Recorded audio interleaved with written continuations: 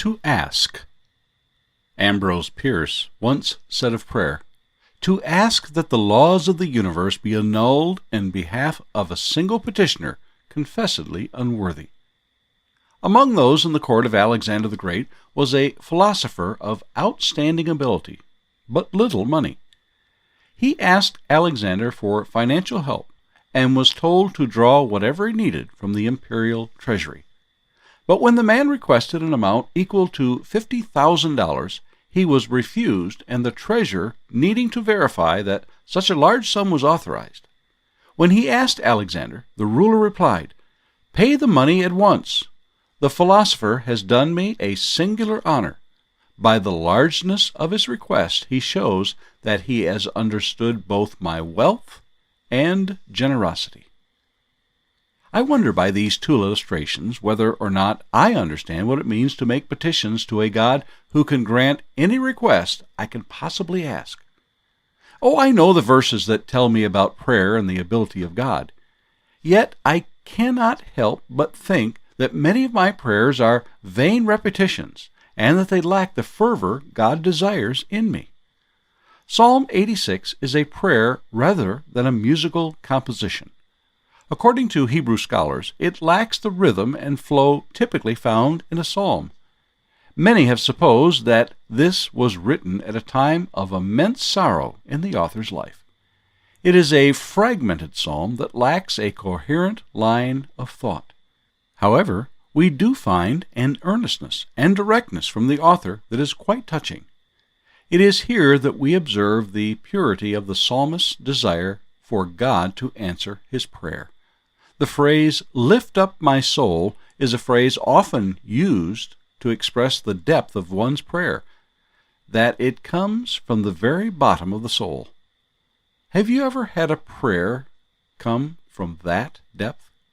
From that depth comes a prayer to God who is able, more than able, to answer any petition we have. From that depth comes a prayer to a God who is generous beyond comprehension. Psalm 86, a prayer of David. "Incline your ear, O Lord, and answer me, for I am poor and needy. Preserve my life, for I am godly. Save your servant, who trusts in you. You are my God. Be gracious to me, O Lord, for to you do I cry all the day. Gladden the soul of your servant, for to you, O Lord, do I lift up my soul. For you, O Lord, are good and forgiving, abounding in steadfast love to all who call upon you. Give ear, O Lord, to my prayer. Listen to my plea for grace. In the day of my trouble I call upon you, for you answer me. There is none like you among the gods, O Lord, nor are there any works like yours. All the nations you have made shall come and worship before you, O Lord, and shall glorify your name. For you are great and do wondrous things. You alone are God. Teach me your way, O Lord, that I may walk in your truth. Unite my heart to fear your name. I give thanks to you, O Lord my God, with my whole heart, and I will glorify your name forever. For great is your steadfast love toward me. You have delivered my soul from the depths of Sheol.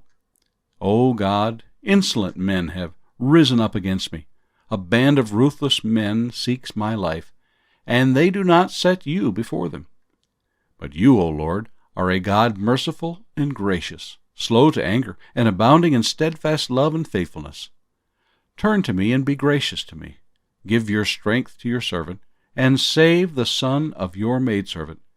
Show me a sign of your favor, that those who hate me may see and be put to shame, because you, Lord, have helped me and comforted me. And those are our thoughts today.